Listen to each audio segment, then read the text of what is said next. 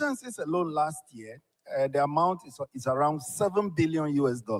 Wow. So think about $7 billion US staying outside our control. Certainly the city will depreciate. So in the past, now I can see that a lot of offshoring was going on. All those currently. We are monitoring the nostrils of banks.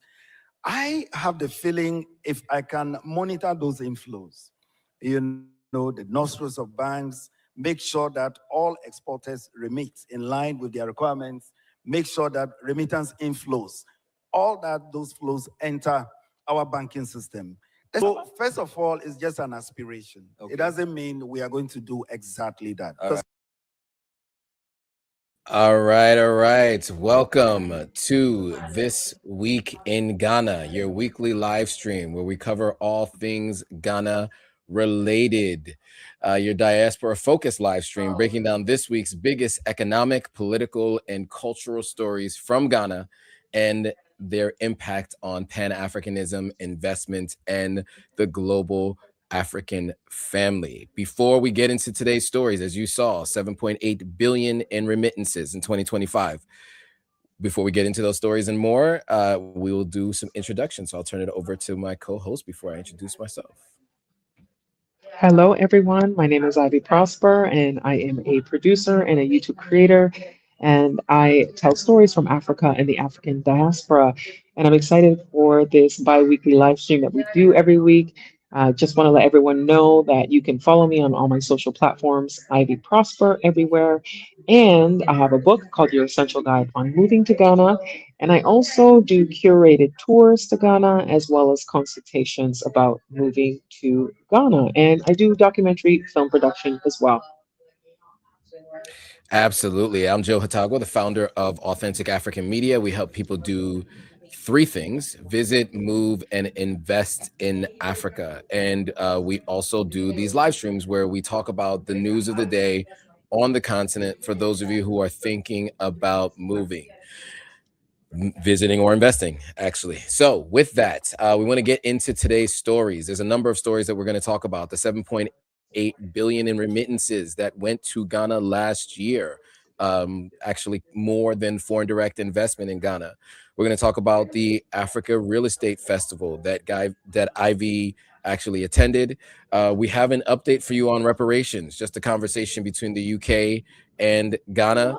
We're going to also talk about the massive transformer upgrade and some shifts power in Ghana.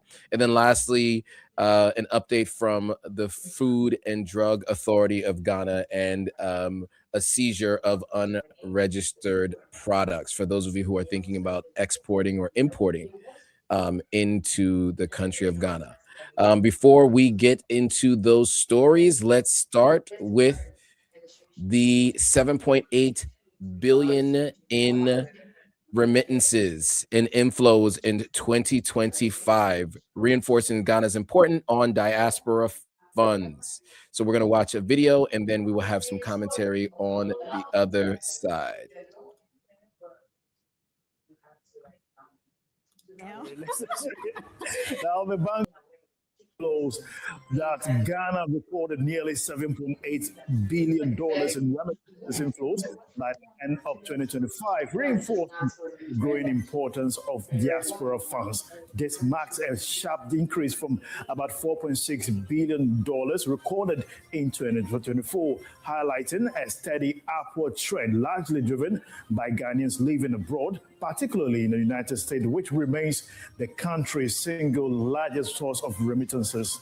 Well, still on the economy, President John Dramani Mahama has assured the citizenry that the country's economy remains resilient and it's in safe hands despite external shocks and global economic.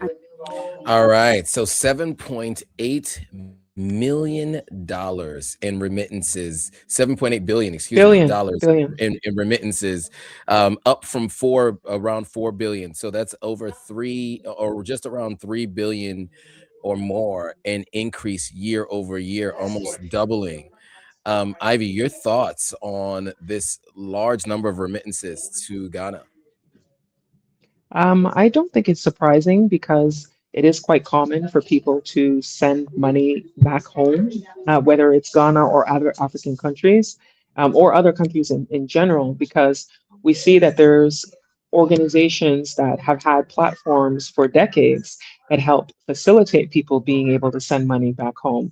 And so it is something that people who are in countries like Ghana depend on family members, friends, relatives who are outside of the country to be able to support them with different things, whether it's medical assistance, school fees, day-to-day living. There are some things that people rely on all the time.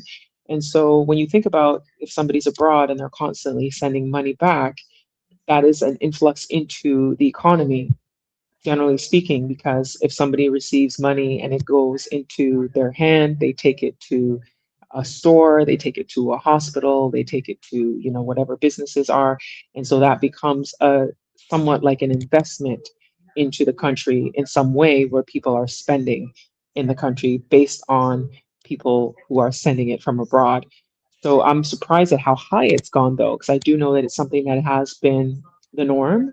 And Mhm. so hearing that it's 7.8 billion is a massive opportunity also to invest in other things too, because the people who are abroad sending this money could look at, hey, instead of me always sending the money that is spent maybe in ways that you may not want it to be spent, because I can understand medical reasons, those kinds of things are important. But sometimes we hear stories about people getting money and then not using it for what it was meant to be.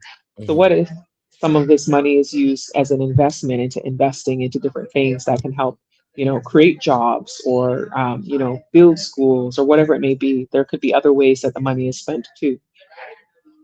Absolutely. Yeah. I mean, look, I would say this, I would imagine the influx of remittance cash flow has a lot to do with the influx of people going back and forth to Ghana, right? You have more people going back and forth throughout the country, making friends, and others, obviously money flows will increase. I will also say beyond that, when you really think about the potential for um, the upward mobility of West Africans and Africans in general in terms of an immigrant class outside of the continent of Africa, they are generally the most upwardly mobile as a group. And so that also means those that were mentioned in that video, those of Ghanaian descent, may also be earning more and being able to send more back when in Ghana, just in terms of those who are actually sending money back, the amount that they send back. I myself, do have friends who live abroad who send money to Ghana monthly. And so it is not unusual for that to be the case for many people who have friends back home of all sorts. So yeah, but I do think the number was kind of shocking when you think about it, right? Comparing that to, the amount of money that was invested in Ghana last year. I mean, I looked a few years back and I remember the number had just reached around $3 billion, maybe about 4 years ago. And that was like a high milestone. I think we had gotten as high as 5 billion at one point in Yeah. terms of investment dollars. And to see that the remittance has eclipsed those numbers and is at 7.8 billion, almost 8 billion, it is a staggering number. That is a number. So what I'd like to see is some of this turned into actual investments, though. I think to your point, a lot of times the money that gets sent back doesn't get used for what it was sent for. There's a lot of iPhone 16 Pro Maxes and other things, right, that you see in country, and you wonder where this funding is coming from. And I just think that if some people utilize that for other infrastructure, for example, I see that people build houses and many times don't pave the road in front of their houses, right? I mean, I'm sure some of that remittance money could have gone to some of that, right? So, I'm not going to say that just because you're building a house means that you're a big part of the remittance, but that does tend to correlate. There tends to be a correlation there. So, I do think I'd like to see that money spent and investing, and that's something that we are looking to talk more about on these live streams is investment opportunities. And so that's just anticipate that we'll be talking more about that. All right. So moving on from the numbers in terms of investment dollars, I do want to get to now the reparations conversation. So Kemi Badenoch, who is a Nigerian living in the UK, who is part of one of the conservative parties in the UK, has been a critic of reparations discussions, etc. She's been a critic of all things Africa, as a matter of fact. And All things so, Black.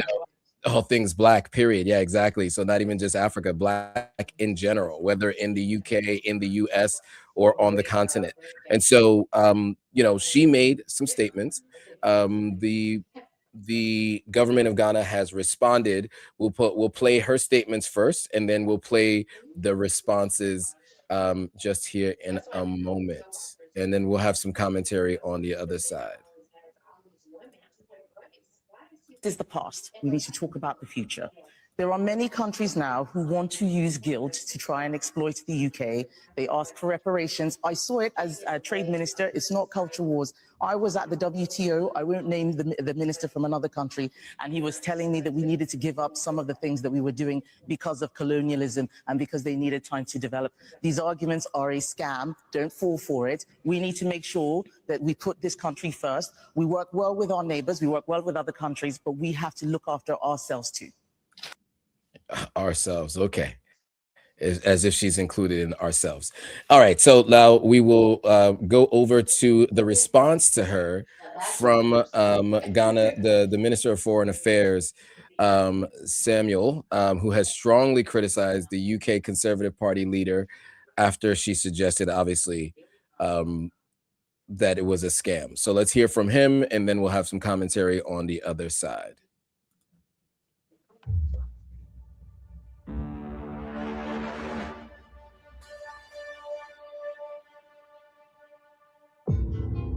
What the conservative leader has said, Kemi Badenoch, that's her opinion, that is clearly not supported by the facts. If you think about the historical fact, which cannot be contested, that slave masters were compensated in the UK, and taxpayers, she's concerned about taxpayers. She was not about taxpayers paying the slave owners who were compensated because slavery was abolished. And taxpayers, UK taxpayers, have been paying until 2015. The amount of money they've been paying, 20 million pounds at the time. Estimates say that at today's value is in excess of 2 billion pounds. And UK taxpayers have been burdened with that. They've paid the slave masters, can you believe it? Just for losing the slaves because slavery has been abolished. But the slaves themselves and their descendants were never compensated. And she doesn't appear concerned about that. That is really, really unfortunate. Really regrettable and unconscionable, I must say. And I do hope that she'll take a second look at her history notes. All right. So, your thought? I'm not a fan of hers. I'm not a fan of hers at all. I think that she is a person who does not like herself and her people. Mm-hmm. She doesn't have, she speaks as if she doesn't know who she is or where she came from. And she speaks as if things come down to it and the British decide they want all of the non-white people out, she will be out. She speaks like she is immune to any of the things that happen to the non-white British people. She fails to realize who she is, where her heritage is from, and speaks as if she has no clue and no understanding. And so it always baffles my mind when I see people like her make some of the statements that she makes. So I'm in complete disagreement with her. I do think that, the whole history of the fact that the people who had enslaved people and were compensated when slavery ended, and to the fact that that compensation has been paid up until 2015 when the final payments were being made by the taxpayers, speaks volumes. It speaks volumes that that was going on for this long, that finally 2015 was when the final payments were made. Just to think about it, we're in 2026. That's just like 11 years ago, you know, and for a request of reparations for the people who were affected by the transatlantic slave trade, I don't see it as a problem for that question to be asked. And I know that that minister has said in a statement that Ghana is not asking for money because people have been accusing Ghana of asking for money for reparations, but Ghana is simply asking for these reparations to be for the people who are affected, which are those people who were taken to the Americas, to North and South America and the Caribbean. And so, yeah, I think that she's lost. That's what I'll say. She's lost. Kemi is lost, and she should stop being called Kemi if she doesn't realize she's Kemi. She's Kemi. She's walking around with that name, Kemi. She needs to know that she's lost. Yeah, maybe they can start calling her Karen. Maybe that's a more apt name. So yes, so Kemi Karen. So I agree with you on that. I completely disagree with her.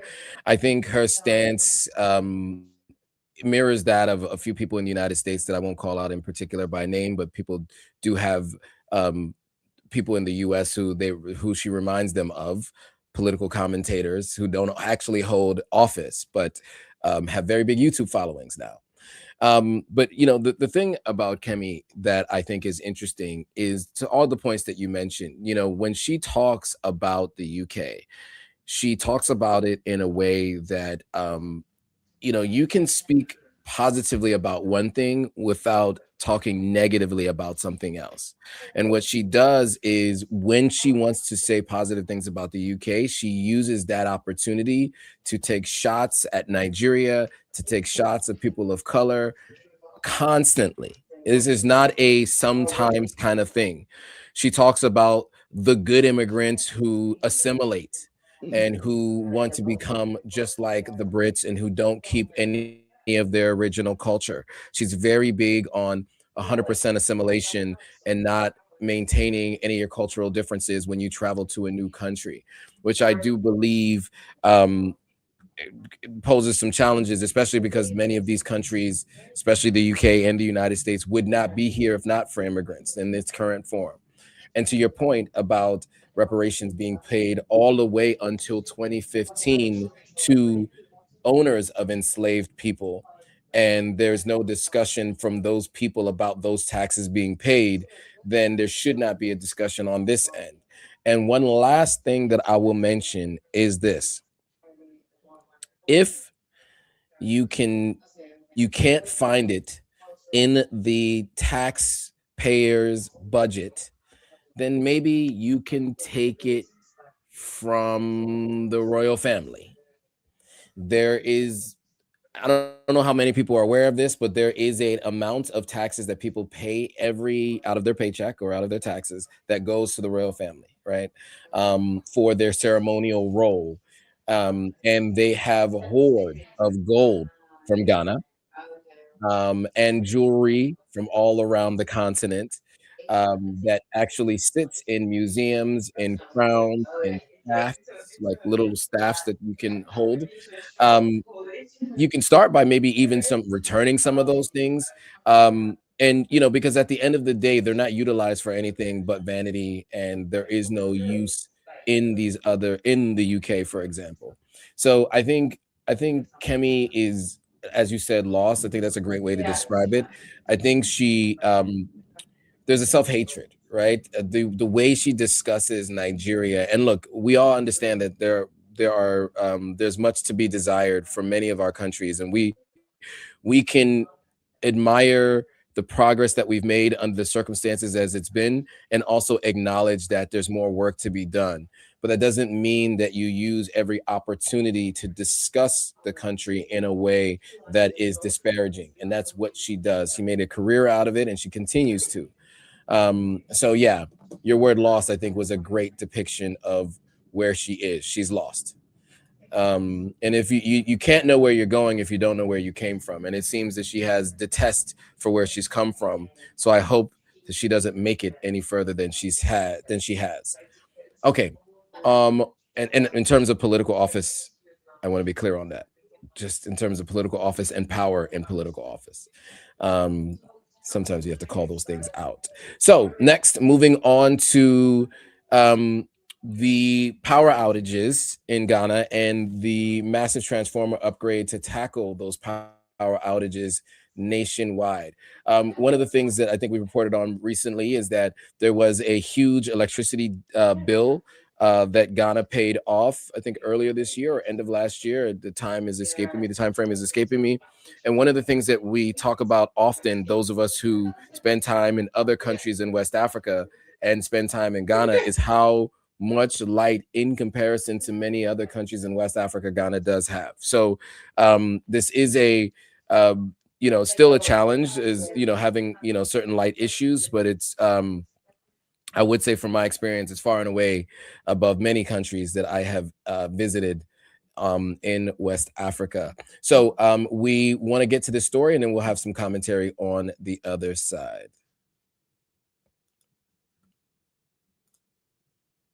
The Electricity Company of Ghana is upgrading a 22-year-old transformer at its Nungwa district office from 50 MVA to 60 MVA to improve power distribution. Now, this forms part of a broader government initiative to upgrade over 2,000 transformers nationwide, aimed at reducing frequent power outages and addressing overload infrastructure.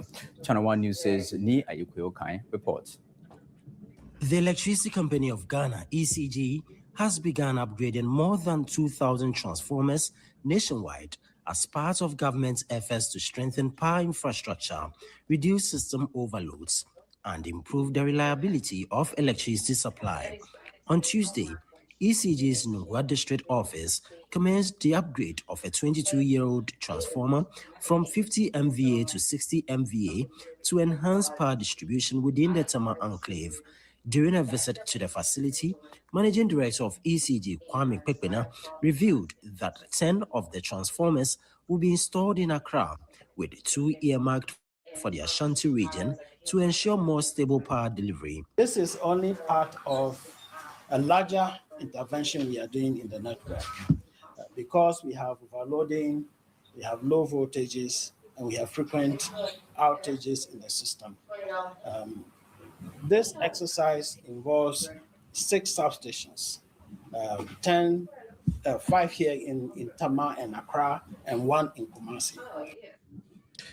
All right, so Tema getting a power upgrade with these transformers. And I know that there's a lot of factories in Tema. Many of the companies that I used to do business with had factories in Tema. So I think this could be hugely beneficial to the power grid there. Any thoughts on these upgrades to 20-year-old transformers and 6 new transformers? I guess we're 6 new transformers around the country, including Kumasi as well. So I thought that was an important mention. I think it's I think it's very important, and it's long overdue. That's the simple answer, because I know that there have been challenges with power outages across the country, and I know it's gotten better over the last couple of years, actually, but I know that there are still challenges that people face in certain neighborhoods, and ironically, neighborhoods like East Legon, which are an affluent area, still experience high levels of power outages. Whereas where I am in Tema, we don't have as many power outages as you'll see in East Legon, and even Cantonments experiences some power outages. So there's different areas that you wouldn't expect it to happen, but actually does happen. So I think that this is really important. And as you said, with the factories in Tema, a lot of manufacturing that happens there, the port is there. It is important to have a good source of power. So I think it's good that they're doing all of these upgrades. It'll definitely be useful and beneficial to everyone. And also because Ghana sells a lot of power too. Ghana sells power to its neighboring countries. So we definitely need it to be more stable for ourselves considering that they are selling electricity to Togo, Burkina Faso, and I believe Ivory Coast as well. Absolutely. And you mentioned a couple of things there that I think are really important. You mentioned that some of the more affluent or busy areas have power challenges, and that is because they are busy and they take a lot of load on the transformer. So for those of you who are unaware, I know a little bit about power just because of the challenges we see in Sierra Leone and my friends in Nigeria. We talk about this, but so you kind of have your central grid, right? That sends power out to these transformers. The transformers are the ones that power these different areas, right? If those transformers go down or they're old or there's too much load on them, then it makes it challenging for power to get to those individual houses, right? And so the fact that they're increasing the capacity of a couple of them and adding new ones means that these transformers will be able to take more load away from the others, and that will ensure better distribution of power to those different households. As you guys know, you go to Ghana, it looks like any city under construction, there are many new houses going up. And you know, when you build a new house, most people are building them under international standards in terms of outlets and the number of devices that they plug in. You'll notice that an older house may have one outlet in a room. Now the bedroom will have 4 outlets, right? One on this That's wall, true. one on this wall, one on that wall, and one on that wall, right? In the kitchen, you notice that people have multiple outlets in kitchens. So, you know, and things stay plugged in and stay on. People keep their AC on 24 hours a day, 7 days a week, right? These things take a lot of power and pull from the grid. So constantly upgrading is the name of the game. And, you know, there was a video that I watched today when Muhammad had spoken about a lot of the upgrades that had happened in the 1980s. And, you know, there's been some work to kind of continuously upgrade. Look, I mean, I would say that from my experience living in Ghana and traveling to Ghana almost quarterly, you know, I will say that I've seen power outages, but like I said, I've been in other countries in West Africa where power outages are more the norm than the other way around. I can't tell you how many people I know go to externally to other places to charge their laptops and to charge their phones.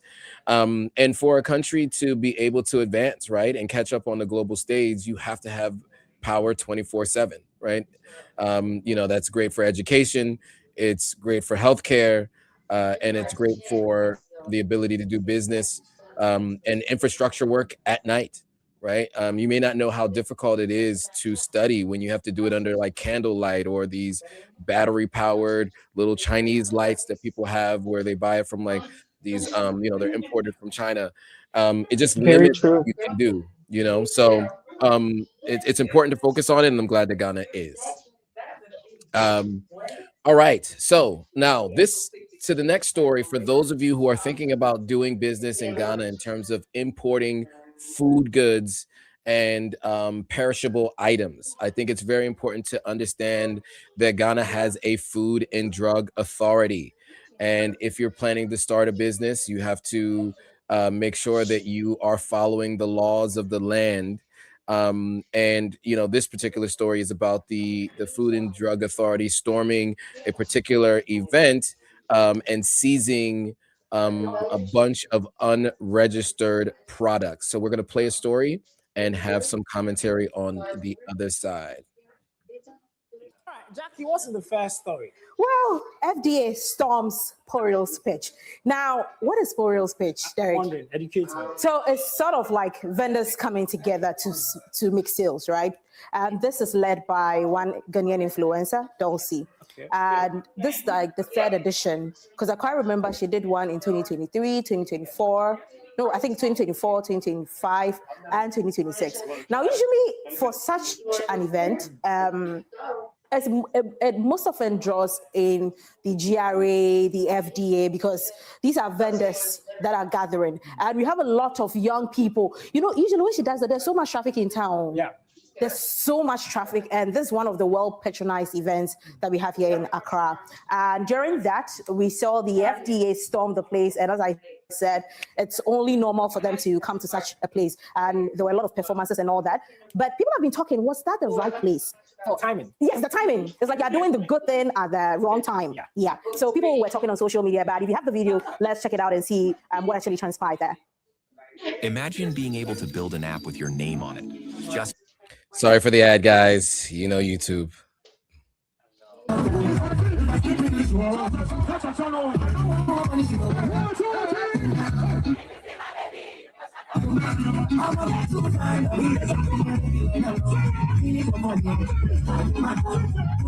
Let me get to the actual. Okay, there we go. So this is the FDA coming in, and the process is about to begin.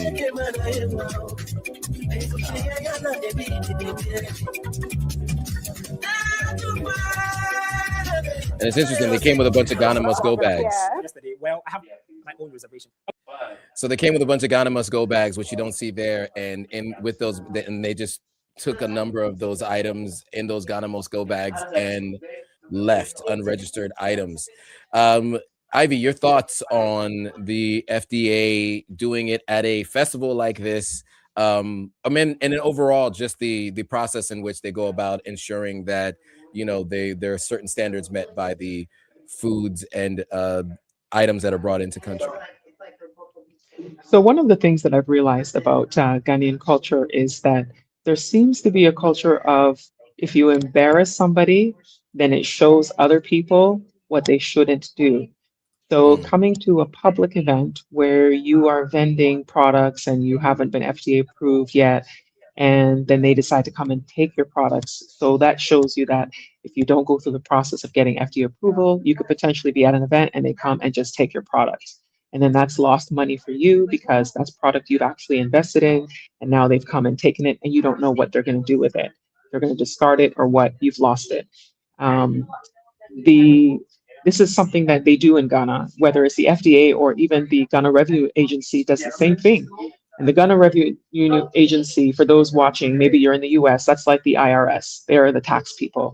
And I know during the time I was working with Ghana Tourism Authority, when I was working there, during the events time of December with the Year of Return and Beyond the Return, December in Ghana events, the Ghana Revenue Authority would show up at events and start asking for tax money from event vendors who are selling tickets.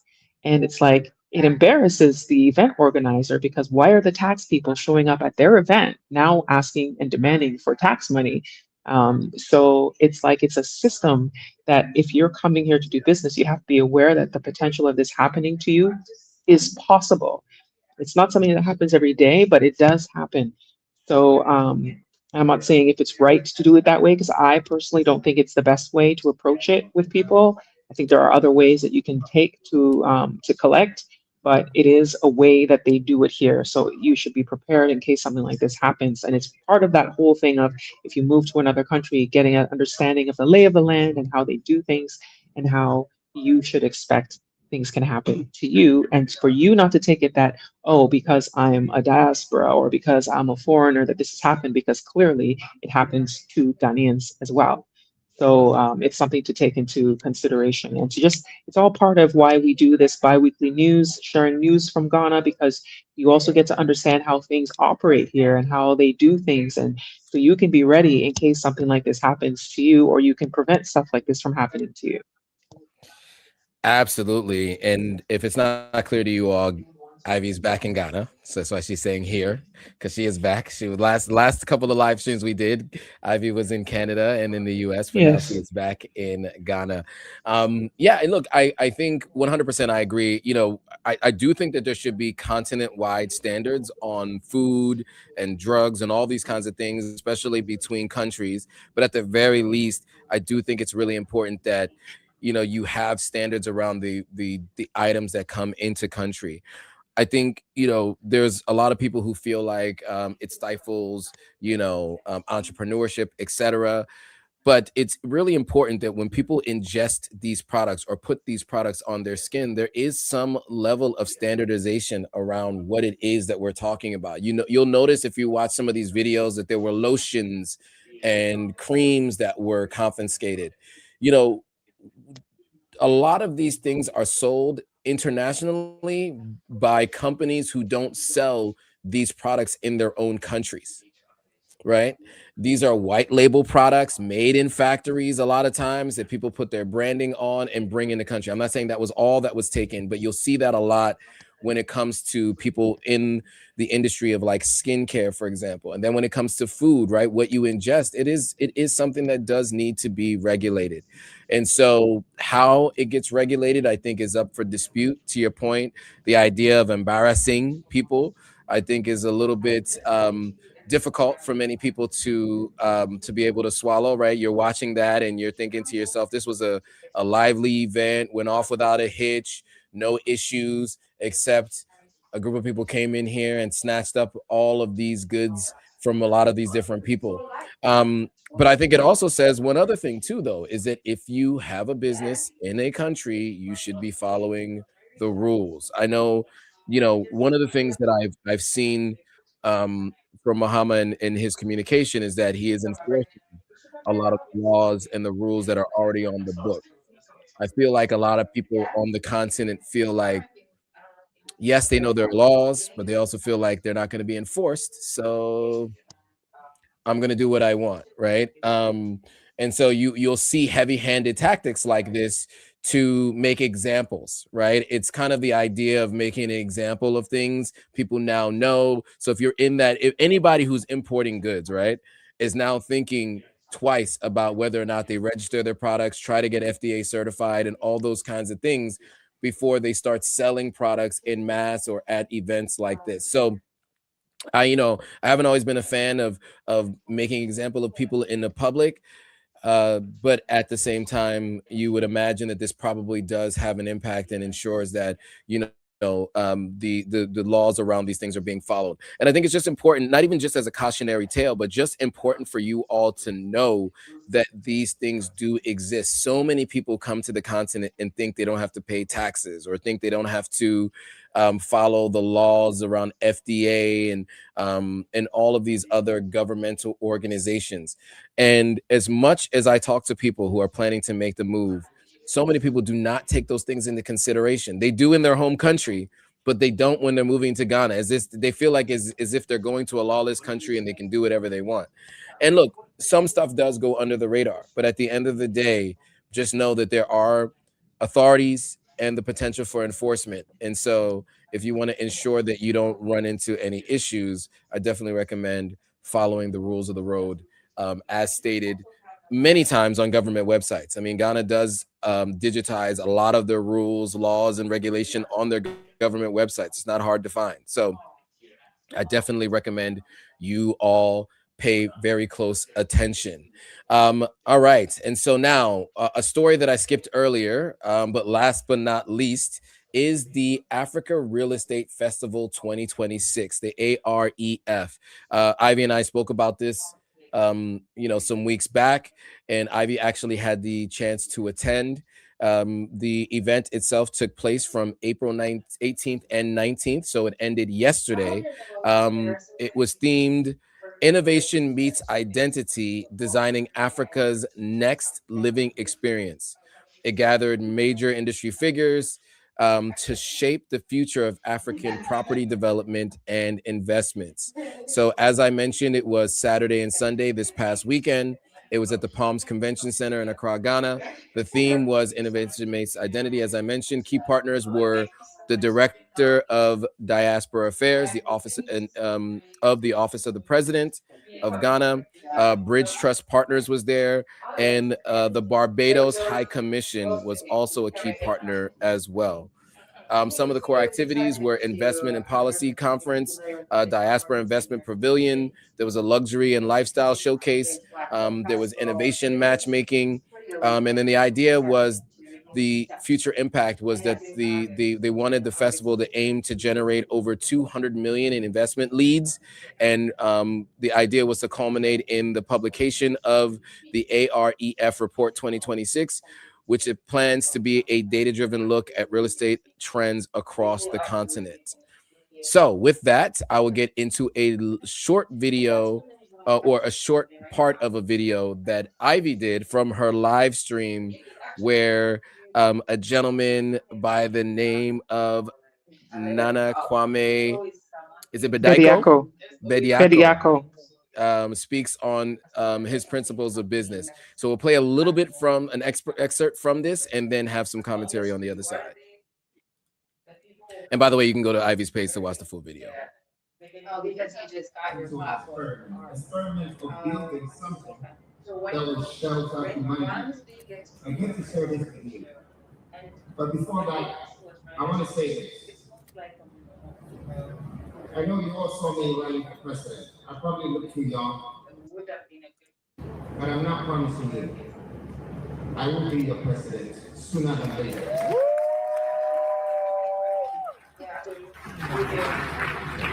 And right after that, I will walk through the other borders and we'll go ahead and continue the leadership of this continent, building this continent, building the people of Africa.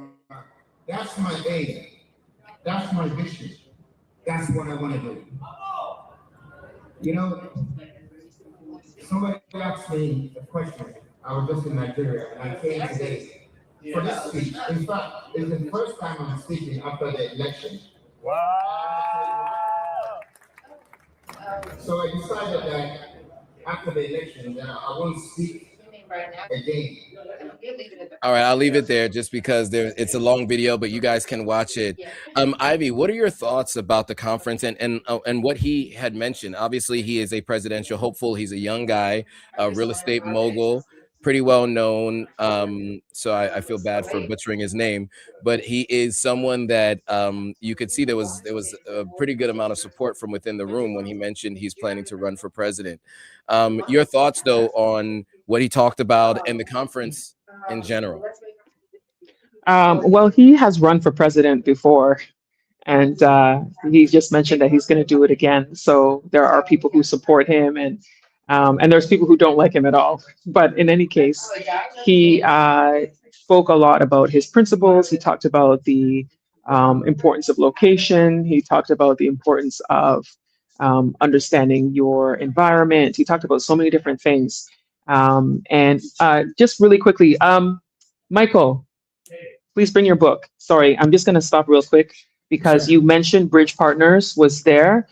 So Michael Leach is the owner, Bridge Partners. So anyway, I have his book here, Faith Over Fear.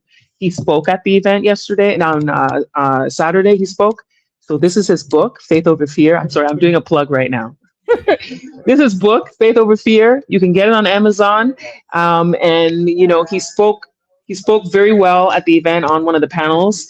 And you know, he was instrumental in the Biden administration when it comes to DEI, and he just talks about how you can use faith to overcome your fear in everything that you do in business and in life and everything. So he was one of the speakers, and I mention it because you mentioned Bridge Partners was at the event. So now going back to Nana Kwame Bediako.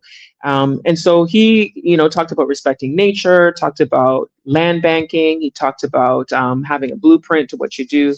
So all of that stuff is really key when it comes to success in business in Ghana and in real estate overall. And then the keynote speaker from South Africa, I always butcher his last name, but his name is Vusi.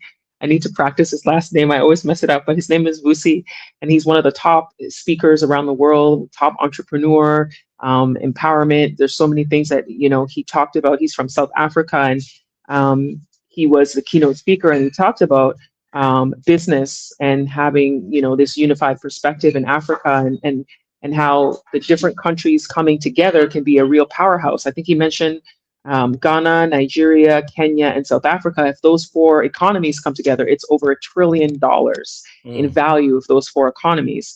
And so when you think about Africa coming together and working together in different ways, we can certainly build something bigger when we come together. And then he talked about mindset. He brought up the Jamaican mindset. And I always talk about how Jamaicans have this thing about them where they just have this willpower to do these great things. And they're a small country, but they're so mighty. They have this phrase that they say, we are, what is it? We are little, but we are talawa. That's what they say. We're little, but we're talawa, which means we're small, but we're mighty, despite having only 2 million population of that country. They have such global presence and global dominance. So anyway, Vusi used that story about Jamaican mindset in his keynote because he wanted to relate it to Africa and how if we can shift our mindset, there's so much that we can potentially do, whether it's in real estate or in other areas.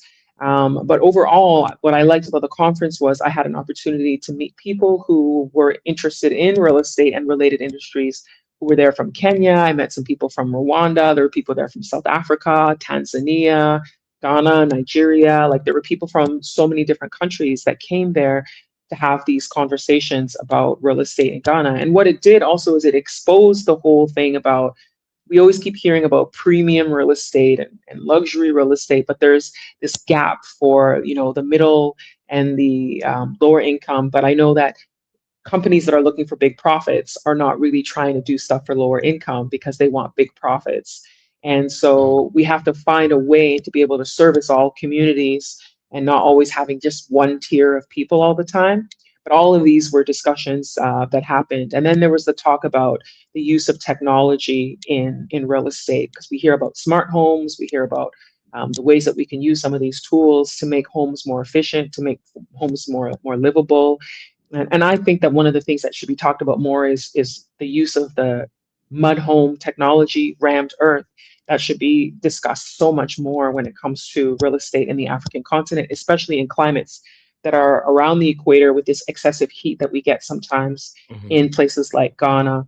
You know, you have other places that get cooler weather compared to Ghana. So, I mean, we should be looking at this rammed earth for our environment to make things a little bit more comfortable, not to always rely on, you know, spending money on electricity for air conditioning all the time.